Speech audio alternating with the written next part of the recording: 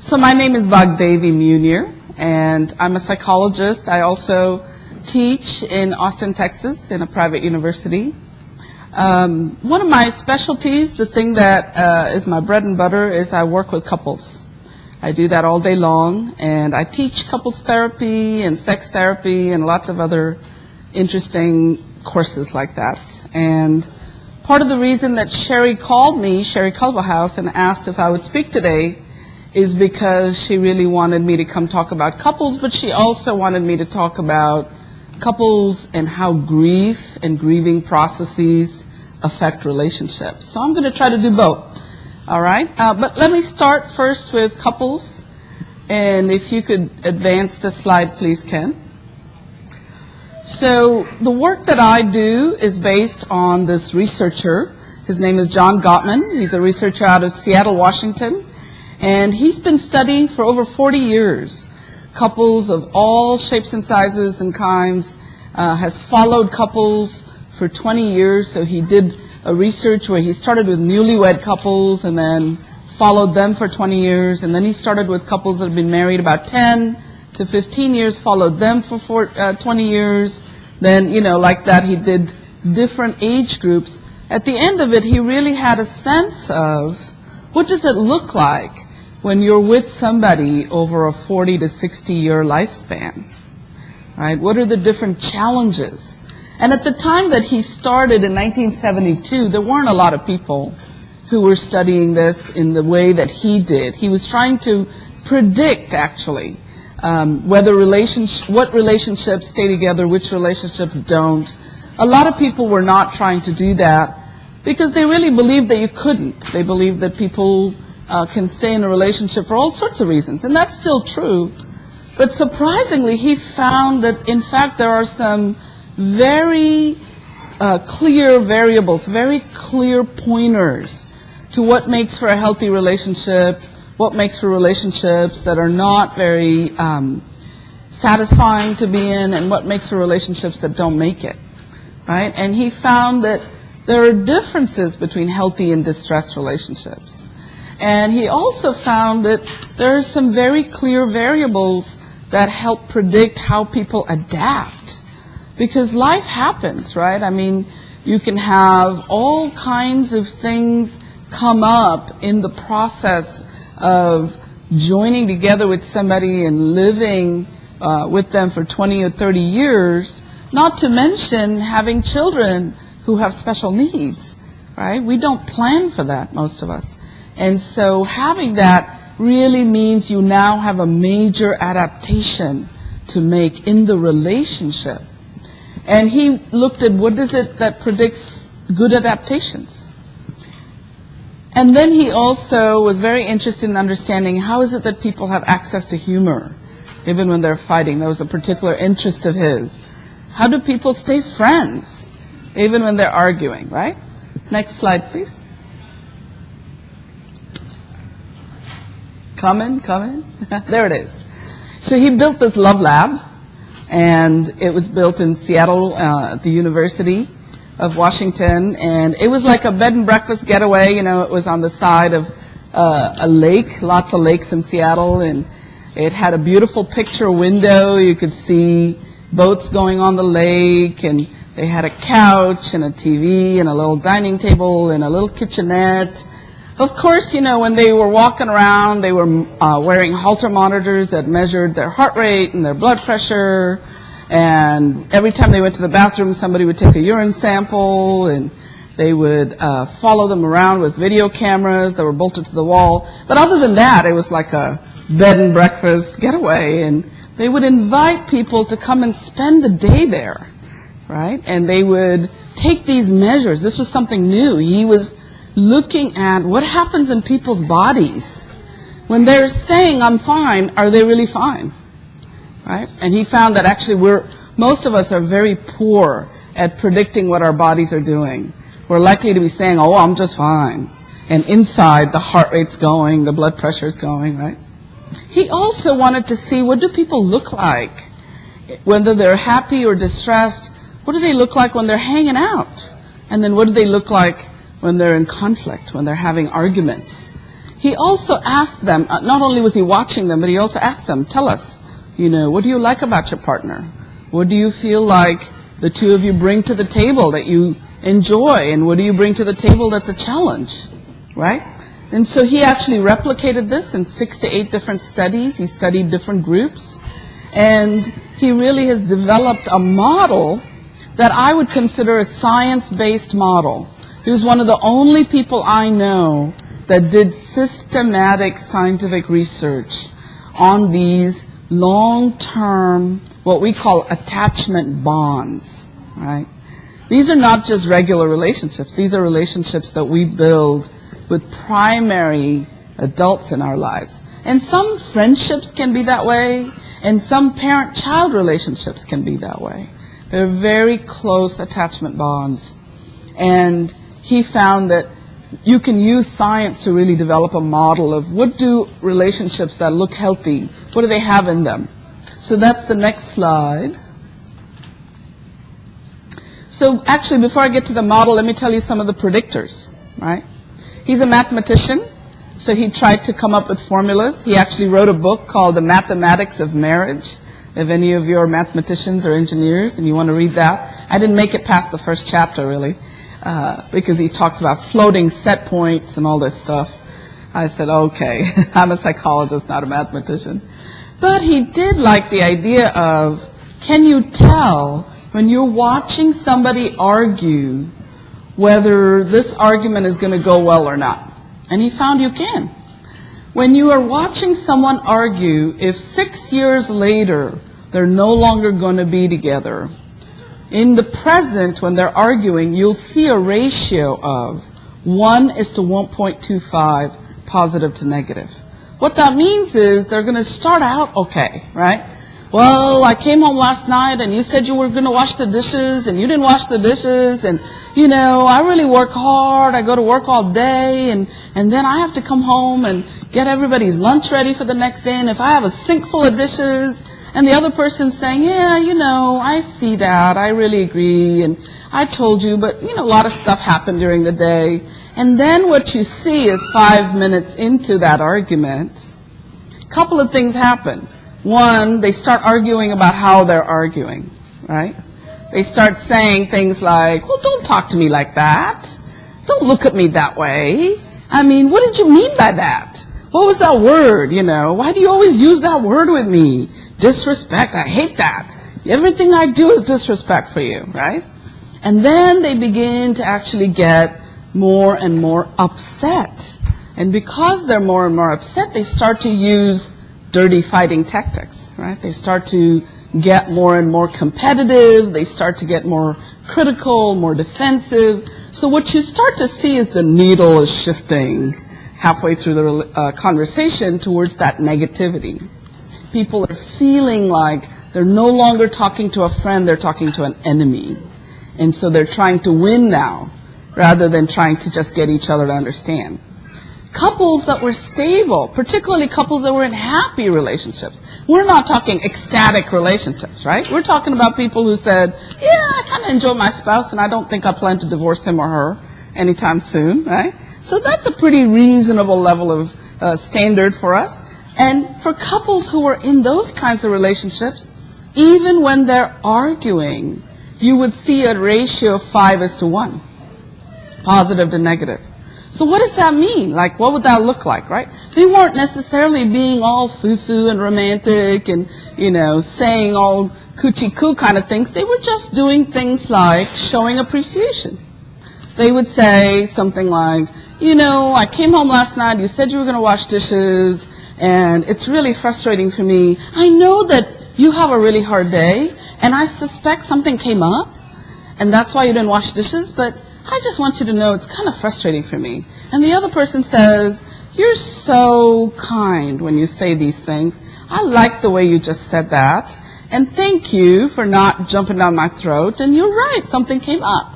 And you begin to see that even in a 10-minute conversation, they're beginning to build positivity. They're beginning to say things like, oh, you're so good at this, and I really appreciate you, I admire you.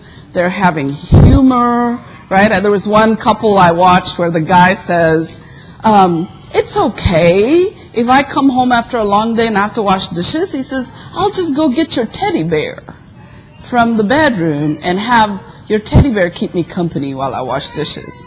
And she just looks at him like, are you crazy? But she laughs and says, all right, if my teddy bear is going to work for you, go for it, right? That's what you see in that 5-to-1 ratio. That people are laughing at themselves, they're being a little silly, they're saying things that are appreciative.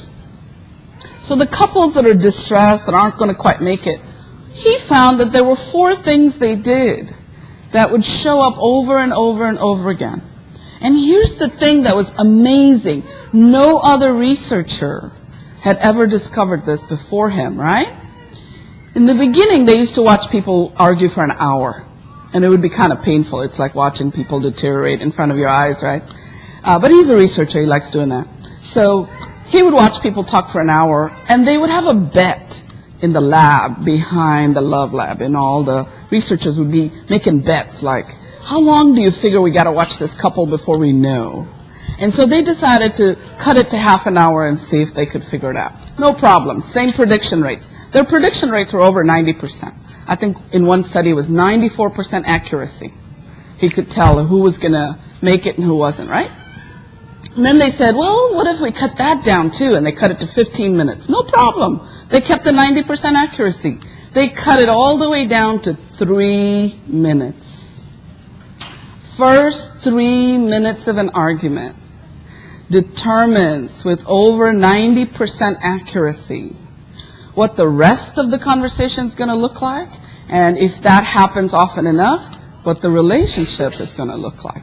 So what was he looking for in those 3 minutes, right? He was looking for these 4 behaviors. This is one of the problems with being a Gottman therapist. I don't get invited to parties very much because people think I'm watching and telling, you know. And I can't really, not outside the lab. But this is what he found. He found these 4 behaviors. He calls them the 4 horsemen of the apocalypse, right? Dramatic guy. The first one is criticism. Criticism is anytime you take something that is in between the two of you or in the environment and put it in the body of your spouse. I'm great at doing this. I come home, dishes aren't done. I look at my husband and I say, what is the matter with you? There are dishes in the sink, right? What did I just say? I say something that implies that he has a dishwashing defect, right? There's something inside of him that produces these dirty dishes. Now, what do you think his reaction is? It's certainly not, oh, honey, thank you so much for pointing out my faults. Because that's my fantasy. My fantasy is I'll say, what's the matter with you? And he'll say, thank you. You're the only human being in the world that points out my faults. Why don't we go to lunch and you can tell me all the ways in which I fail as a human being. And then maybe I can improve and become the perfect guy that you need. That's not what he says, right? What he says is something like, if I didn't wash the dishes, when was the last time you saw the inside of a grocery store? Right? And so we're off and running. So criticism is whenever I take a problem, put it in my partner's body. And by the way, I'm talking as if it's only about marital relationships, but this is actually true of any relationship. So when you're talking to your child, right, spilled milk, you go, oh, Bobby, what the heck's wrong with you? Why are you always spilling milk? That's not what is wrong with Bobby, right? I mean, the problem is in between us. The problem is spilled milk on the floor. It's not a defect in somebody, right? So that's something we got to watch for. Criticism always leads to defensiveness. Because when people feel attacked, they're going to try to attack back. They're going to try to counter. Oh, hey, you know, if I didn't do the dishes, you didn't do something else. Because you think you're so perfect, let me point out all the ways in which you're imperfect, right? So defensiveness is when we don't take responsibility for even a small part of the problem. So if I came in and I said, the dishes aren't done, and my husband could say, yeah, you're right, I told you I would, and I'm sorry I didn't get to it. The problem kind of diffuses right there. I'm not as upset, right? So the antidote for criticism is to learn how to talk to each other gently. To say things like, I feel really frustrated because there are dishes in the sink. And I'd really like to know, are you planning to wash them tonight, or should I go wash them myself? What's the deal here, right? That's something where he can't argue with my feelings, and I'm not saying the dishes are reflective of anything in him, and then I'm also giving him an option. I'm saying, are you planning to? So it gives him an out. It lets him say either, oh yeah, I plan to get to them, or, you know, I'm really in the middle of something, I'm so sorry, but can you tonight, can you wash the dishes, right? I might not be happy, but we're not going to have a huge argument about it. The antidote to defensiveness is, even if your partner or friend or parent is saying something critically, to be able to look for, what are they saying that I can agree with? Even if it's a tiny little piece of it, right? If I could say, I know I promised to wash dishes, but there's a lot going on today, right? That's at least a way of saying, you're right for being frustrated. I see why you're frustrated. So defensiveness. The third is contempt. Contempt is the most corrosive of all. He found that happy couples, satisfied couples, and in healthy relationships, you hardly see contempt. Contempt is whenever one person puts themselves above the other person and talks down to somebody. Now, we don't always define contempt that way, but in his research, that's the way he defined it, right? So contempt is any time you let the other person know that they're somehow they not only have a problem, they not only have a defect, but they're less than. Like, nobody else in the world has this defect, or they certainly have something that's much worse than what you have. So saying to my husband, there are dishes in the sink, you slob, that's a way of showing contempt, right? So obvious ways of showing contempt is calling names, telling people they're stupid or idiots, or, you know, really telling them that something about them is less than everybody else. That's contempt. But there are subtler ways, actually. You can actually show contempt, if you wish to, very easily. All you have to do is make this face. Can you all see it? This little sneer, right? Your partner's talking, some of you are chuckling. Yes. We've all done this. Somebody's talking, you're going, really? And if you add an eye roll to it, more impactful, right? That's enough to say to somebody, I'm not interested in listening to what you have to say.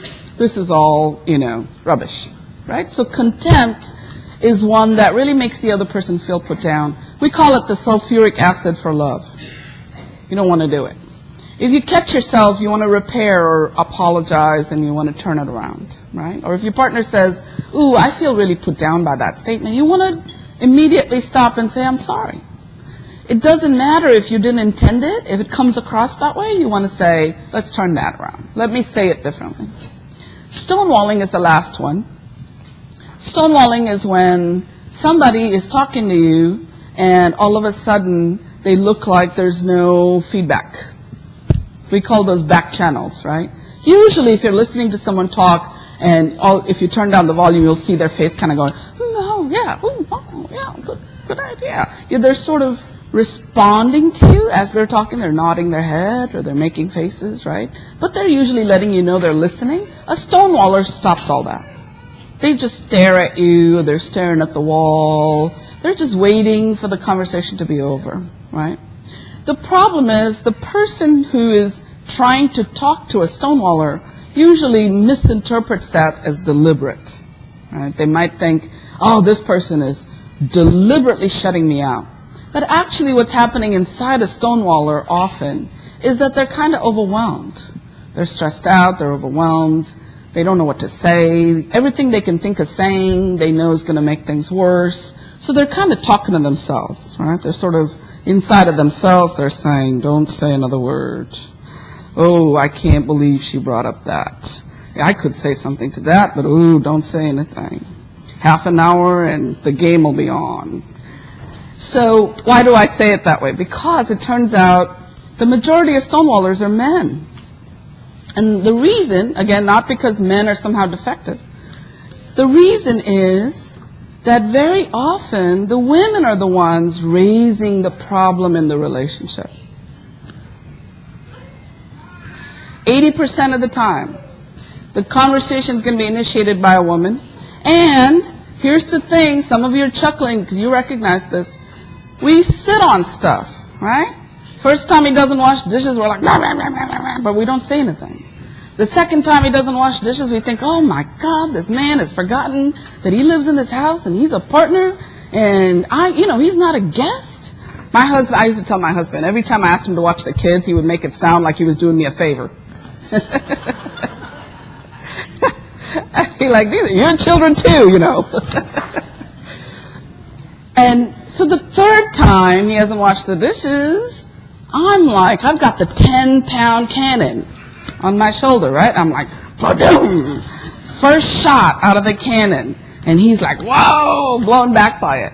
So men are more likely to be stonewallers because they get this stuff coming at them in a way that they don't know how to respond. It's like already up here. Women, so the number one predictor for men, by the way, is stonewalling, but also not being able to accept influence. So in relationships where men were not able to listen to what their partner was saying and stay calm, those relationships didn't do so well. For women, relationships where the women were coming out with that 10-pound cannon and out of the gate were really harsh and critical, those relationships didn't do so well either. So women have to learn to be much more gentle if they're going to be the ones initiating the conversation. Men have to learn to calm themselves down and listen and just wait. Wait until she's done talking and then look for, is there something here I can agree with without necessarily accepting the criticism, right? Because I think what happens with men is that they're thinking, I'm not that bad a human being. I don't suck that much. Really?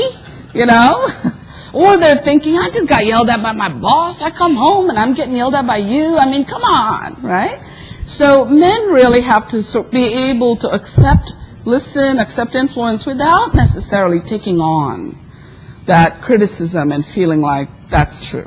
They have to be able to bat that back. Anger is not predictive. It's okay to be angry. And especially anger that's reciprocal. So, two people are arguing, one person saying, shut up, and the other one says, you shut up. Have you ever watched, Mary Tyler Moore and this other guy in a movie? They would argue like that, right? She would say, shut up, and he'd say, shut up. And then she would slap him, and then he'd slap her back, right? And she'd just be shocked, right? Because she wasn't expecting that. But that's two equals. And they're staying. It's not good. We don't want them to be slapping each other, but they're staying at an equal level. That kind of anger, not a problem. They might both say things they regret, but at least they both walk away feeling imperfect, and they come back and they say, I'm sorry. I'm sorry I said your mom was a wart on the back of humanity. And then she says, I'm sorry I said your dad was, something else. So they're able to walk away and come back and repair because neither one of them felt crushed by it. They can both see they did something that didn't work out. It becomes problematic when it's escalating anger, when one person tries to one-up the other person, okay? So I spent a lot of time on this because if there's nothing else you remember, I want you to remember the 4 horsemen. And I want you to just watch for it. In yourself, in your relationships, with your children, right? We do the 4 horsemen with children too. The other night, my daughter was throwing a fit because my husband didn't take her to Whataburger, and his immediate response was, that place is bad for you. Why would I ever take you to Whataburger? That's a defensive response. If he could just listen and say, why are you so hung up on Whataburger tonight? Then they would have had a very different conversation. So we can do this with children too, and by all means, I've done that with my children, right? I catch myself getting critical or defensive. The last thing is repair. He found that in happy, healthy relationships, repair was a really important thing. Because guess what? We're all living very stressful lives. We all have a lot more to handle than we can really put on our plates. And we're doing the best we can with the resources we have, right? So stress is going to happen. Mishaps are going to happen. We're going to forget things. The most important thing that we're going to forget is how to be there for our spouses and partners and children when they need us, right? Somebody comes up and says, hey, can you help me here? And we're like, wait, I'm in the middle of something. And it feels hurtful. Well, that happens. We get in a zone and we're not there for our partners.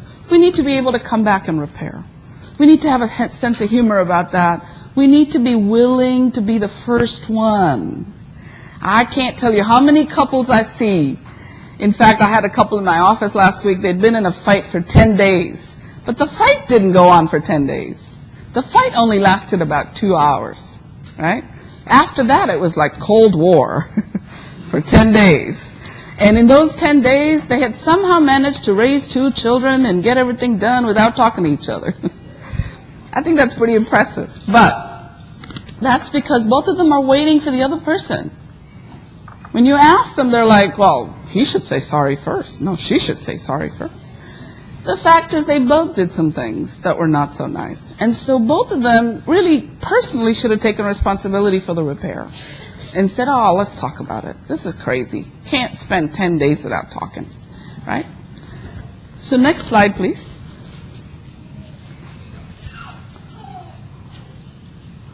Here it comes. There it is.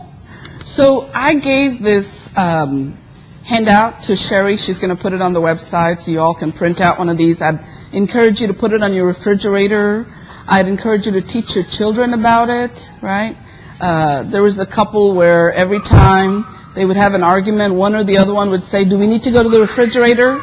And they'd go and they'd stand in front of this thing and they'd have the argument. It would remind them kind of what's important, right? And then one day their son spills milk and the mom says, I can't believe you spilled milk. And he says, Mommy, do we need to go to the refrigerator? Right? He doesn't know what happens to the refrigerator, but it's magic. So this is what I would encourage you to do, is put it on the refrigerator in your bathroom so that you're able to see it every day and say, are we doing this? You know, is our relationship with our spouses, our children, our friends, our parents, following some of these principles? And if you want to read more about it, this is in a book called 7 Principles for Making Marriage Work. It's a great book, really worth reading. So let me just tell you quickly what this 7-layer house is all about. It's called a sound relationship house. The bottom 3 levels are the friendship levels. A friendship is a foundation for just about any relationship. And most relationships that are close and intimate don't just stay at friendship, but they do have to have qualities of friendship, right?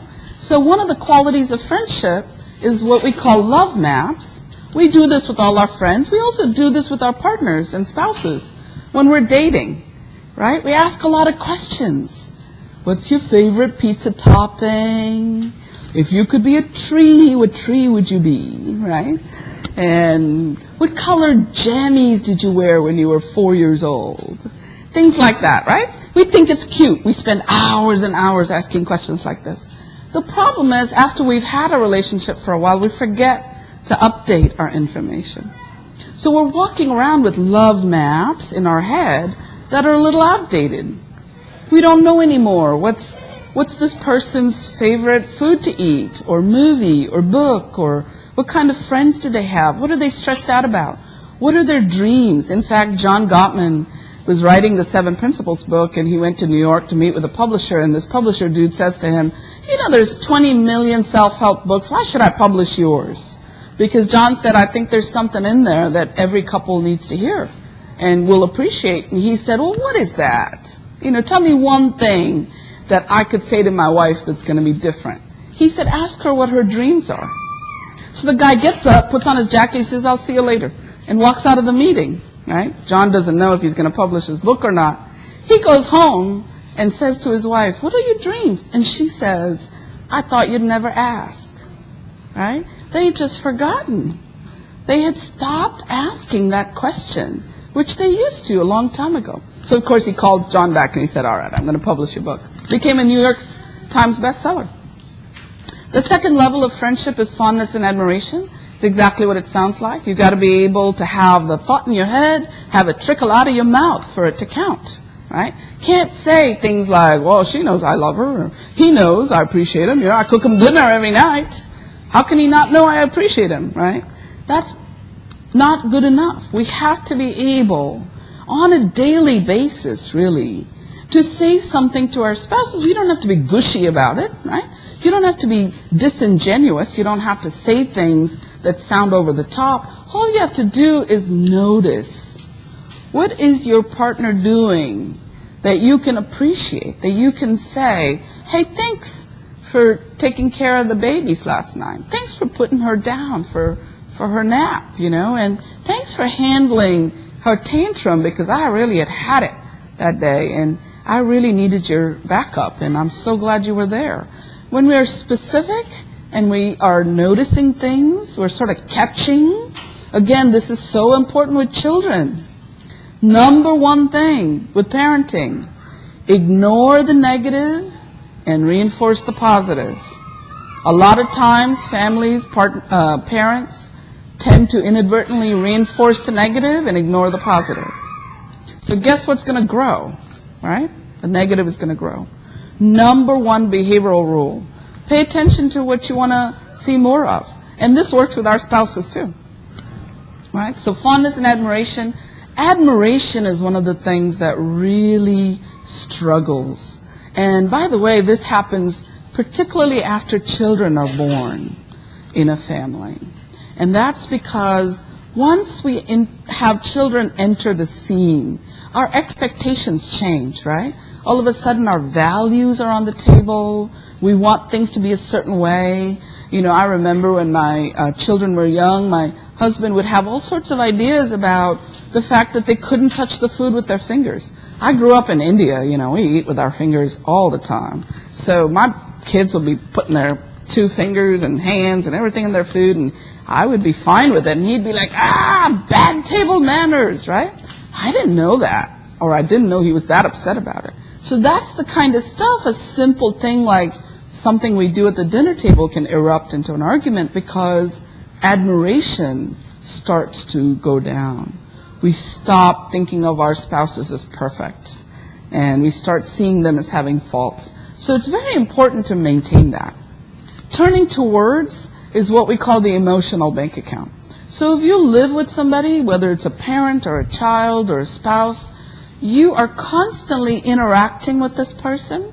They're constantly sharing time and space with you, and it's so important to notice how they bid for attention. Spouses do this all the time. If we're sitting at a dinner table and one of them makes a noise, right? She says, he should say, what's up? What was that noise about, right? A lot of times you'll see couples sitting in a restaurant not talking at all. Not really noticing these noises and gestures and movements in each other, or not really, asking each other for attention. So bidding for attention is a very positive thing. It helps build intimacy. It helps build closeness. But what's more important than bidding for attention is how we respond to that bid. So can you turn towards the bid? Turning towards means you respond in some way. Even if you're just saying, all you have to do is make a noise. A grunt is a turning towards, right? But sometimes what we do is we turn away. We just ignore it. We don't pay attention. So the emotional bank account starts to run on empty. Even worse, sometimes we turn against, right? Our partner goes, and the other person goes, shh, I'm reading here, right? Doesn't go over very well. It builds resentment when we turn against our partners. So really keeping in mind the emotional bank account, it turns out this emotional bank account is very easy to fix because you make deposits every day, and the deposits can be little tiny ones, right? You call your partner on the way home, do you need me to pick up anything from the groceries? Deposit, right? You call at noontime, what you having for lunch, honey? That's a deposit, right? So you're making deposits all day long, and it turns out when you have a fight, it's like a withdrawal. So if you have an emotional bank account that's running full, you can have a couple of fights, and you're fine. It's like little blips on the screen. But let's say your emotional bank account is running on empty. Every fight becomes a deal breaker, right? Every fight is like, I can't take this anymore. This relationship sucks. I need to get out of here. We start to feel desperate when we're in a relational environment that doesn't feel like it has this kind of bids and turns going on. So remember that, because it turns out that if you manage your emotional bank account really well, you pretty much don't have to do anything else. Because you'll fight a lot less. When you fight, your fights won't last that long, and they won't get as nasty. But if your fights are getting kind of nasty, pay attention to have you, turn towards your partner recently. Again, I get calls from reporters all the time, right? And they want tips for Valentine's Day. What are 3 things that your partner can buy for his or her spouse or, partner that would make love shine again or blossom again or something? And I'm like, it depends. And she didn't like that. She was like, come on, 1 tip. What if he were to buy her a locket with his picture on it? And I said, okay, let's take that example. He buys her a locket with his picture in it for Valentine's Day. However, the week before, right, he hasn't washed the dishes, didn't make his bed, threw his clothes on the floor, right? And when she tried to say to him, can you help me with this laundry? He was like, I'm watching the game, or I got things to do on this computer. So then he buys her a locket with his picture in it for Valentine's Day. What do you think she's going to do with that? Run her SUV over it like 2-3 times. On the other hand, maybe for the week before, he's called her up on the way home, or when they've had dinner together, he's complimented her and he's helped out with chopping the vegetables or something, and then he buys her a locket with his picture in it. She's going to cherish it. She's going to say, this is now a symbol of something that is rich and full, not just on Valentine's Day. So that's what the emotional bank account does for you. The positive perspective is like, what's the weather of the relationship? In a positive perspective, the weather is sunny and warm and welcoming. You can't wait to get home. Everybody's smiling at each other. People are giving each other lots of affection, admiration, fondness. Then it's like, let's say I'm about to put food in the microwave in a metal container, and my husband goes, stop! What the heck are you doing? You can't put food in a metal container. I'm going to say, whoa, he's kind of attached to the microwave. All right. I'm sorry. I'll just take the food out. But let's say we're in a negative perspective. The weather is stormy. We haven't had a lot of emotional bank account deposits, no fondness, admiration, hasn't asked me about what I care about for years, right? And then I'm about to put food in the metal container in the microwave, and he goes, stop, what are you doing? What's my first reaction? Don't you dare talk to me like that. This is my microwave. This is my house. If I want to blow up a microwave, I have every right to do so, right? That's the positive perspective. It's a neutral event. His anxiety is about the microwave, not about you. But in a positive perspective, we can see that. In a negative perspective, we take it personally. And like I said, the positive perspective is affected by the emotional bank account, and then the 2 of those affect how you manage conflict.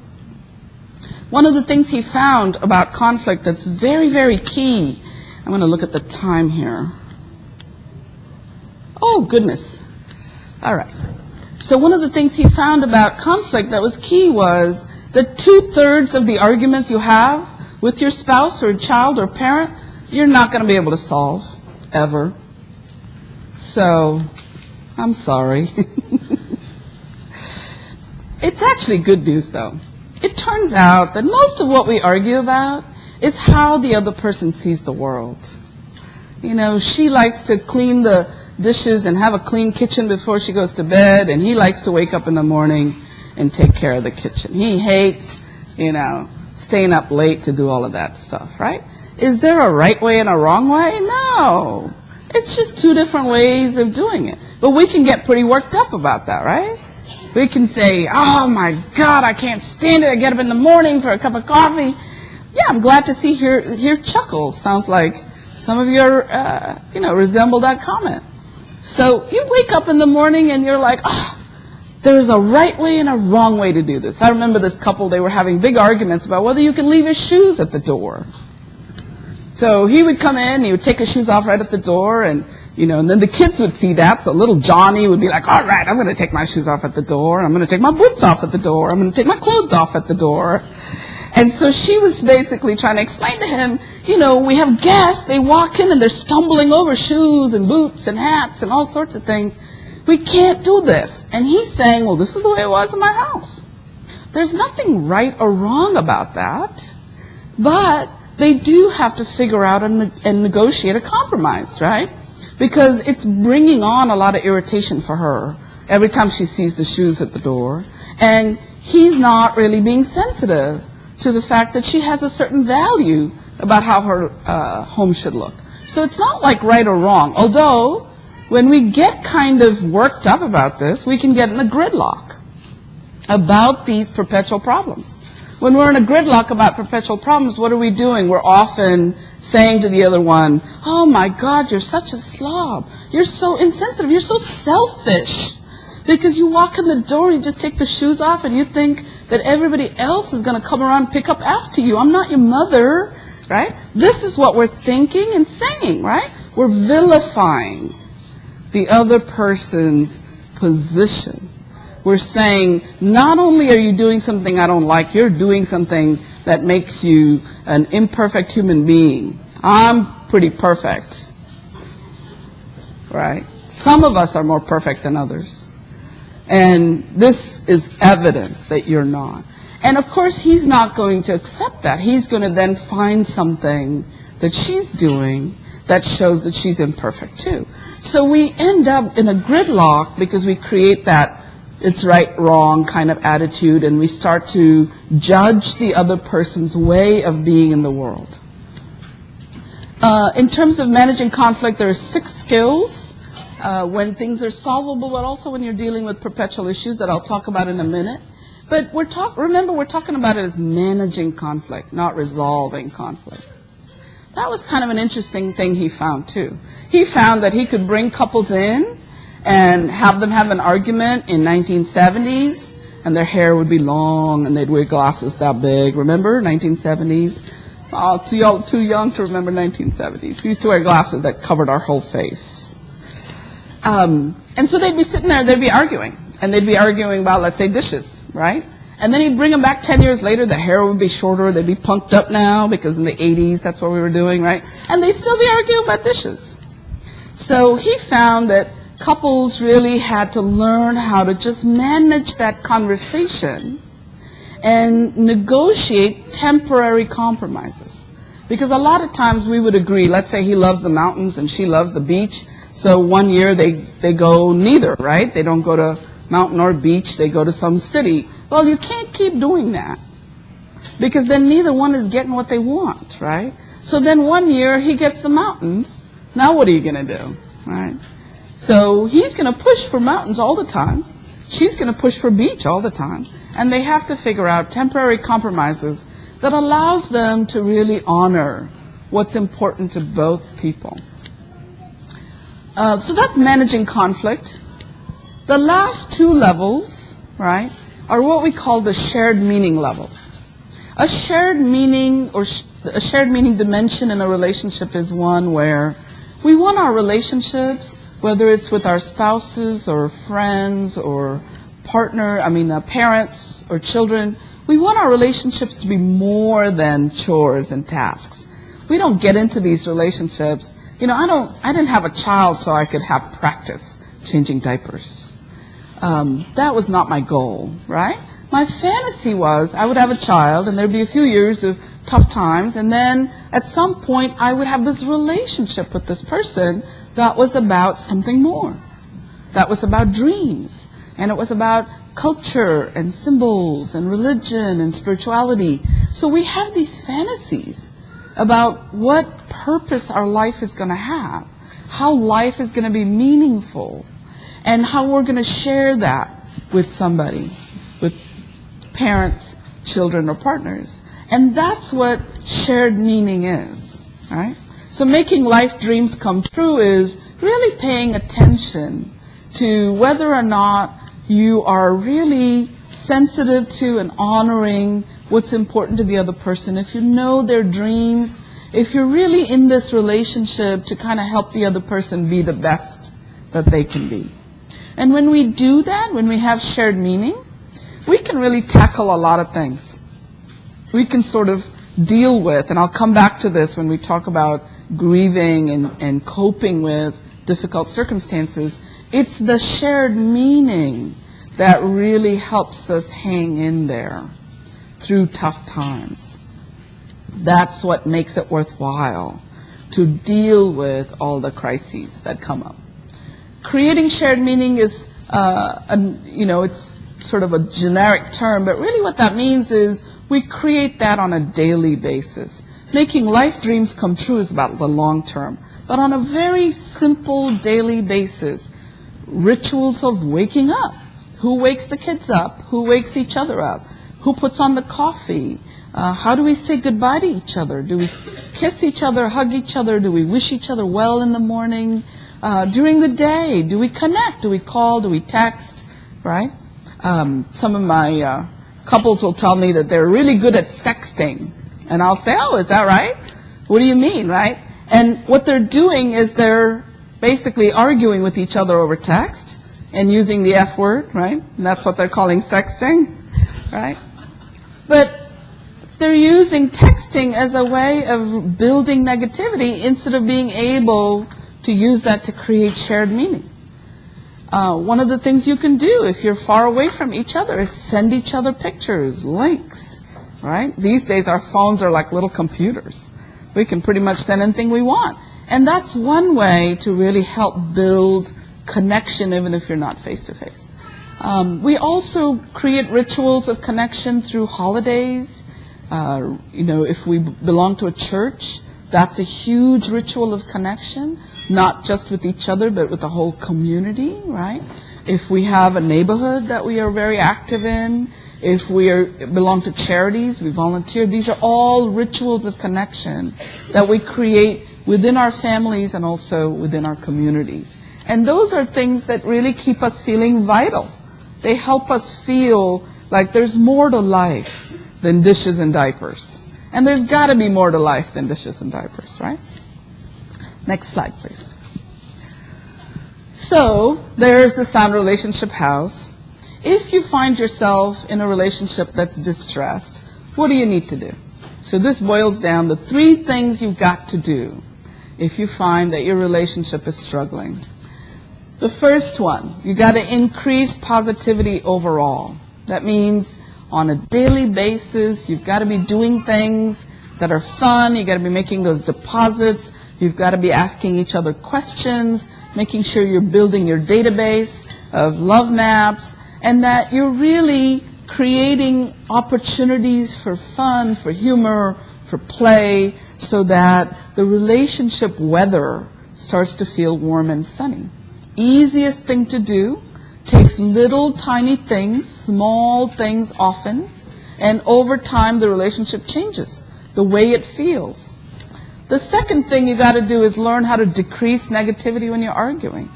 It's important when you're arguing to really notice if one or both of you are getting really upset. This is true with children too, right? Often with children, though, the parent has a responsibility to know when they're hitting that brink. And to take themselves out for a timeout, actually.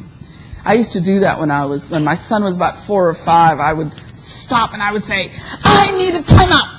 And he would say, what? This is not what he was used to. Because he would get timeouts at school, right? And I would say, I need a timeout right now.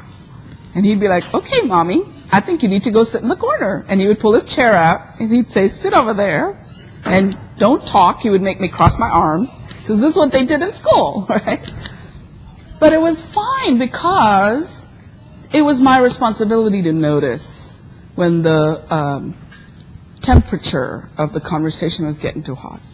And I think we need to do that because even though, you can sort of apologize after you've had an argument, there are some things you can't take back. There are some things people say in arguments like, I hate you, right? I'm disgusted by you. I can't stand you. I'm so sorry I married you. Or worse, I've heard parents say, I'm so sorry I had you, to children, right? It's our responsibility to stop ourselves from going over that edge, because we can't take it back. When we do say things like that, it stays with the other person for a long, long time. Sometimes they believe that more than 100 I love yous after the fact, right? So decreasing negativity during conflict means if the car goes off the road, notice it. If it's about to go off the cliff, you got to do something. You got to stop it. And the best way to stop it really is to just take a break, to diffuse the conversation, to apologize, to say, I'm sorry, this is going badly. What do you need? What do you feel? Those are the two important questions you can ask at any time, in any conversation. What are you feeling? What do you need? And that makes the other person stop and stop being so angry and kind of de-escalate. The third thing is to increase positivity during conflict. This is the hardest thing to do. When we're really upset at somebody, it's hard for us to think this person is also somebody I love, right? I really appreciate the fact that he put gas in my car, but today he's got his clothes on the floor, and that's okay because gas rules out clothes, right? I'm not thinking like that. In fact, in our 20s, I used to tell my husband that if he had clothes on the floor and he brought me a cup of coffee, I wouldn't say thank you, because heaven forbid he should think he was an okay human being, right? Because he had clothes on the floor. Come on now, right? It was in my 30s and 40s I began to realize, hey, he really deserves appreciation no matter what. And so in the middle of conflict, to be able to stop and say, I love you, I appreciate you, you're not so bad, you know, you've done some things better recently, I'm just frustrated today because it's a hard day. That's hard to do, but important to learn how to do. If we can keep a sense of humor and we can keep in touch with the fact that this is my friend, this is my partner, this is somebody that has my back, then we're much more able to do that third thing, which is increase positivity, even when we're fighting. Remember the ratio, we want to get it to 5 to 1 when we're fighting. That's kind of hard to do, but even if we can move in that direction, that's a good thing. Next slide, please, Ken. So the goals, we want to become better friends, right? This is what we do in Gottman therapy when we're working with couples. We want to help people change the way they handle conflict.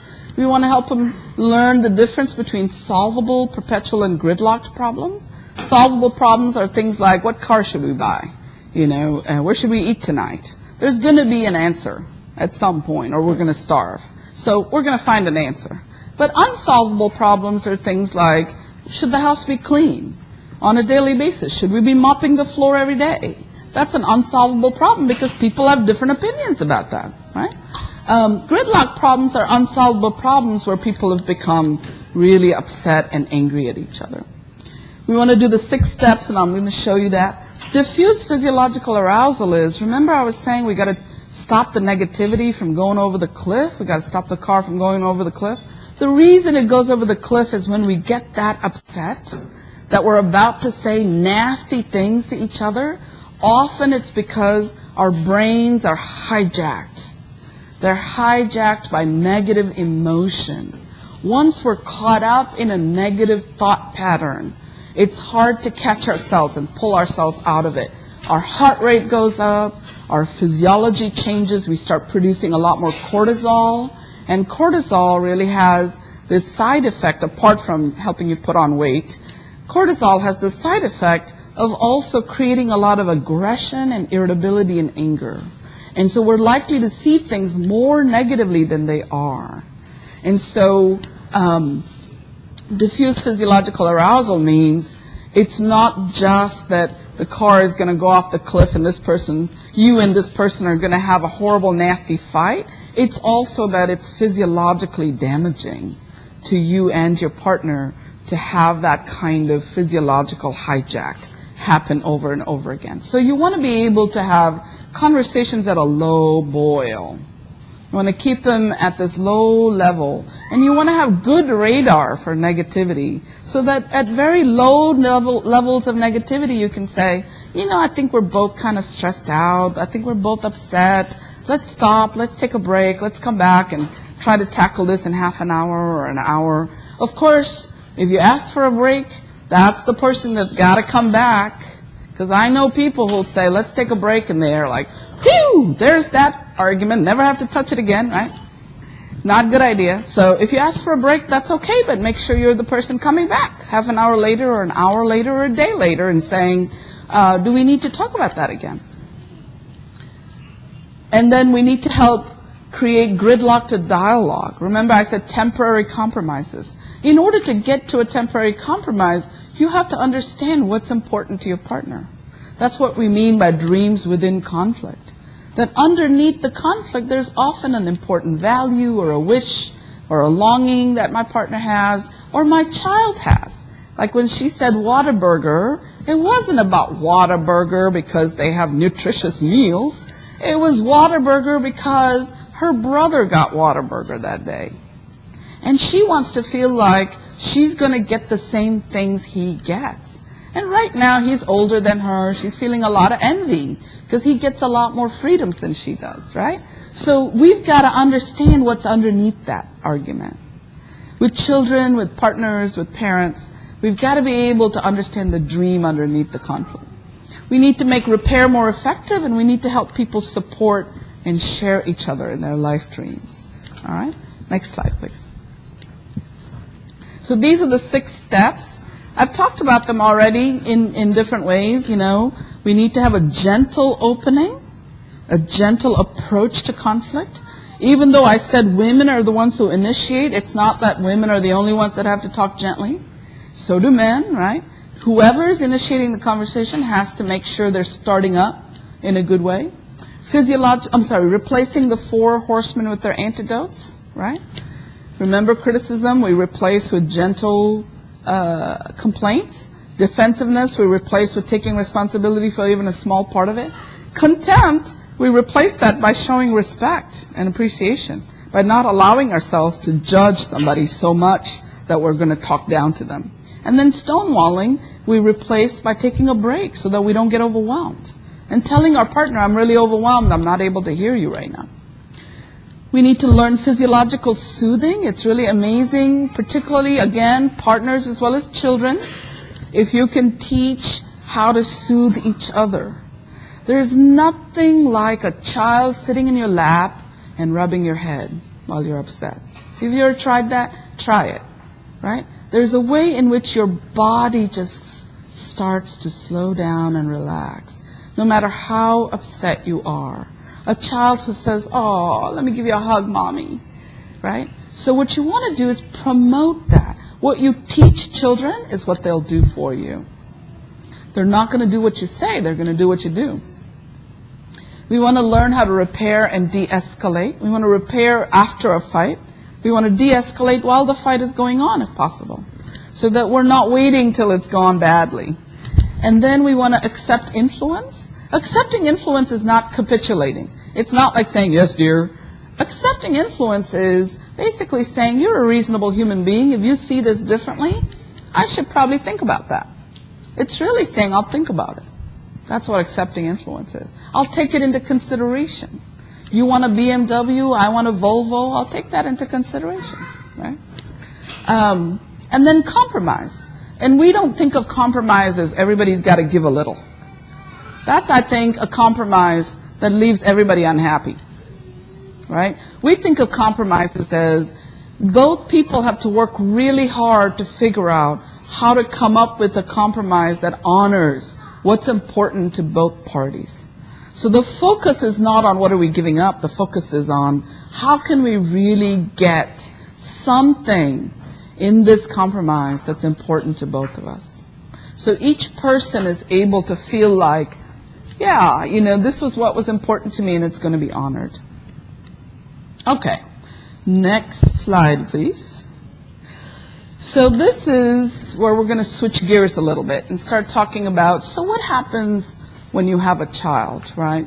One of the things Gottman found was that having a child, especially a first child, although this is true even if you have 2, 3, 4 children, having a child has a huge impact on the marital relationship.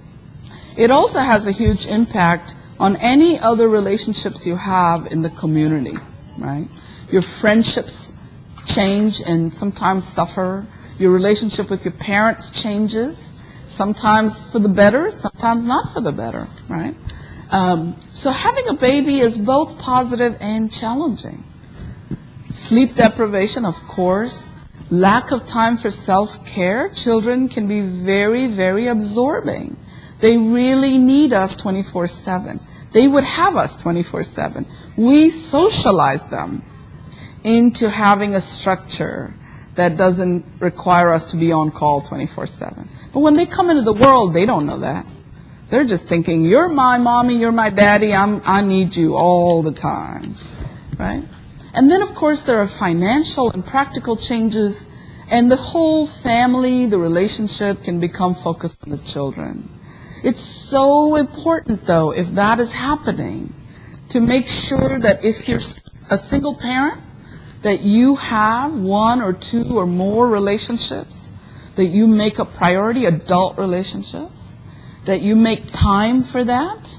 There's nothing like having a little adult supportive time, fun time for the parent to feel much more able to deal with the stress of raising children.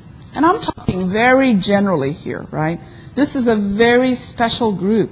You all have children with special needs. So everything on this list becomes even more critical, because you actually may have 24/7 on-call duty, right?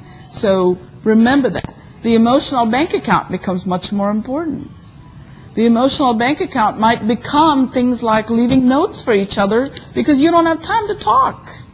Emotional bank account can be texting, not sexting, because you don't have time to really sit down with each other. So you really make use of opportunities throughout the day to connect with your partner. And then working on the friendship all the time. Next slide, please.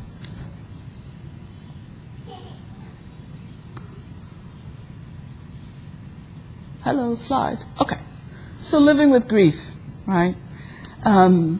Gosh, I don't know what I could say to y'all that you don't already know about adapting to something that is really challenging and that really kind of throws you for a loop. I did a lot of reading on the 1p36 deletion syndrome, and what was really sort of heartbreaking and kind of remarkable for me to see is that this is such a wide variety of issues that you deal with in the children, right? That really keeps you on your toes, I imagine. I imagine that there's just multiple periods of finding things out or having things go one way and then not go that way. So what we're talking about here is not, when we look at grief, you look at the literature on grief, a lot of times they're talking about loss, losing someone, right? And so, boom, this person's gone, oh my God, you're going through grief and bereavement. What we're talking about is not that. It's really talking about chronic grief, chronic trauma, living with constant reminders, constant shifts and changes in the circumstances. You might have a dream that then kind of changes to something else, and then boom, it changes again, right? So we have a very different kind of process. So the old model of dealing with grief comes from Kubler-Ross, Elizabeth Kubler-Ross, and she made this very famous. They talk about the stages as denial, anger, bargaining, depression, and acceptance. Denial, because in the beginning you don't want to believe it. You don't want to think that this is happening to you, and you might try to minimize how things are, how bad things are. And then anger, because at some point it sort of hits you. Maybe there's a diagnosis, maybe there's information that just really hits you, and you start thinking, why me? Why us? Why did this have to happen? And how can this be? And you start looking for, maybe there's somebody to blame and something you can do about this. And why doesn't anybody have some help for us? You know, that kind of stuff.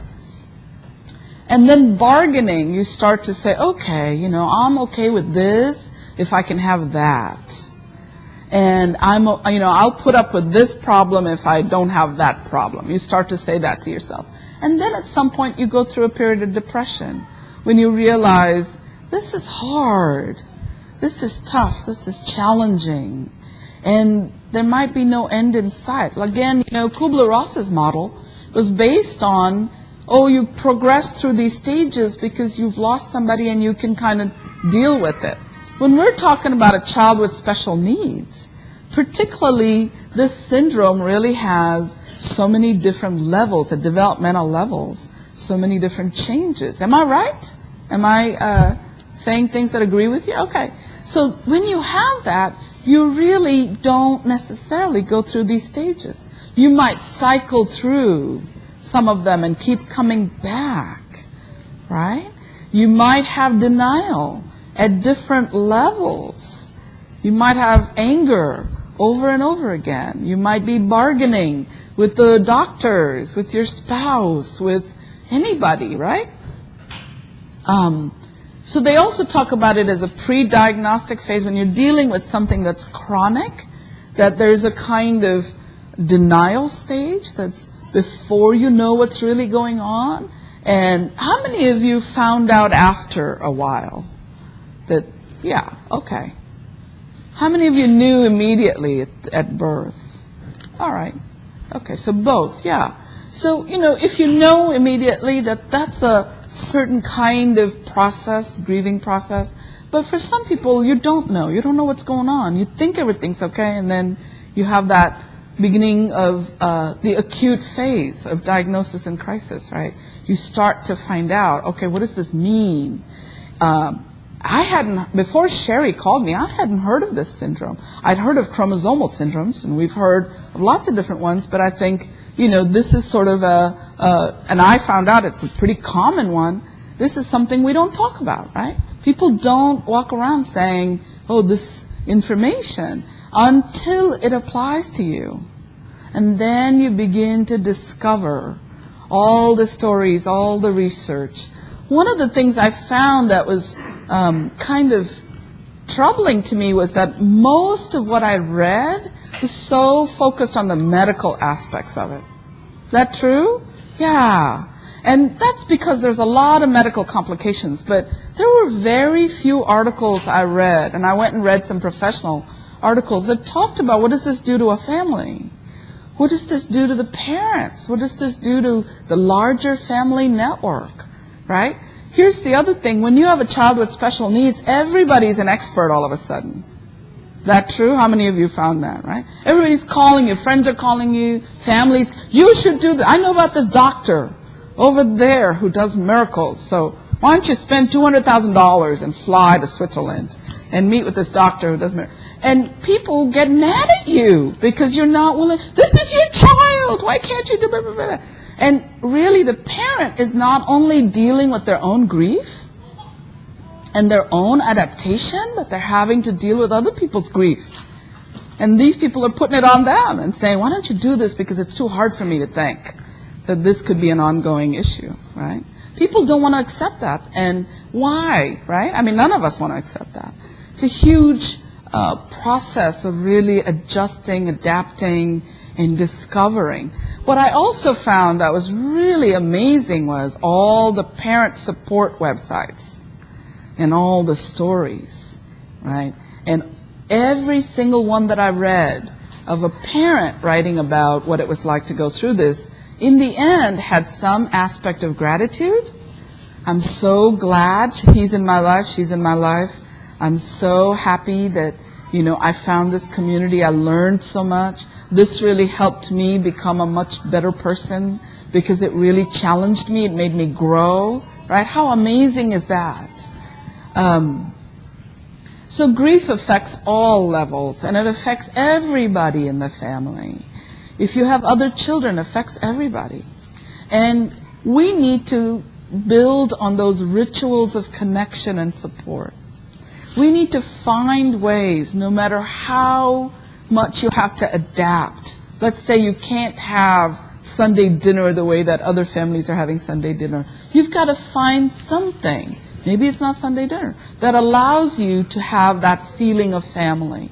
Something that allows you to feel like everybody in this family can count on something happening whenever life is going in a stable direction, right? Of course, there might be times when it won't happen. That's true in all families. But if we can say, every morning everybody gets a hug, or every evening we pray before we go to bed, whatever it is that's important to you, those rituals of connection begin to help you feel like there's some meaning to life. There's more to life than dishes and diapers. And that's absolutely important. Next slide, please.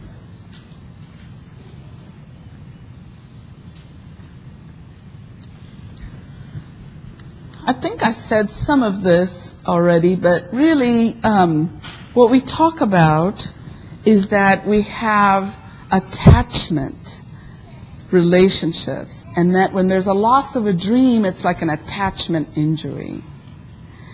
It's like it tears the fabric of that attachment. Some of you may have experienced that attachment injury with your children, right? When you had the diagnosis, when the child was born, that there was a loss of a dream, and you have to work harder at really building back that attachment. You might have experienced that attachment injury with your partner or other family members, right, who didn't respond in the way that was most helpful, who were not there when you needed them, who maybe said or did the wrong thing, right? In moments of great crisis and great grief, even small things can have a big impact. You might find that there's one memory of something that happened that lingers with you, that comes back up, or your partner says something and it reminds you of something they said many years ago, and you're like, that was the most painful time, right? That's because of that attachment injury. So in order to really work with attachment injuries, what you have to be able to do is repair. You have to be able to talk about these injuries after the fact, many years later. So sometimes people will say to you, that happened 5 years ago, just forget about it, I didn't mean it, let's just move on, let's just be grateful we have what we have, and be grateful for the present. Well, that's partly true, but we really do need to resolve from attachment injuries. We need to be able to go back to our parents or to each other or even to our children and say, let's talk about that. I remember my son was in a daycare that was awful, and he's 19, he still remembers that. And we probably have talked about it 2 or 3 times, and I wouldn't be surprised if sometime in the next 5 years he wants to talk about it again. That's because we resolved that attachment injury in different ways. The attachment injury for him was that he tried to tell us when he was 4, and we didn't listen, And now, even at 19, he says, you didn't listen. I was telling you it was a horrible, horrible place, and you didn't listen. And that's something that we have to resolve and heal, that attachment injury. We also heal it through experience. It's not just that I said sorry, because their sorry doesn't matter. It's that as we're talking about that experience, I'm saying to him, you're right. We didn't listen to you, and we really should have. And this may be something that happens between you and your spouse or partner. It might be something that happens between you and friends, right? If you have a special needs child and then you call on your friends to come help you, and they either don't come or they come and then they tell you what to do, or it might be something that happens between you and a parent, and maybe somebody, said harsh words at some point. It really stays with you. And what you want to be able to do is, in that experience of talking about it, feel like this person really gets it. They get why this was hard for you. We have to redefine our roles. We have to redefine our roles as partners, as husband and wife. We have to redefine our roles in terms of what does a family mean, right? What does it mean to have one child with special needs and one child who's not? What does it mean to have constant visits to the doctor, to the hospital, to be constantly researching? It's like you all become champions of your children, but all the other children who experience this. And you really are given a mission, in a way, to carry this out, to really make this experience for your child and other children as positive as it can be. So you're redefining, in a way, your family roles, what it means to be family. Many of you have traveled here to this conference. That's a redefinition of a family vacation, right? It's a redefinition of what do we do as a family. And that's very, very important to not only do, but also to acknowledge and say, yay, we do this together. We stay a family even if we have something that really changes things up for us.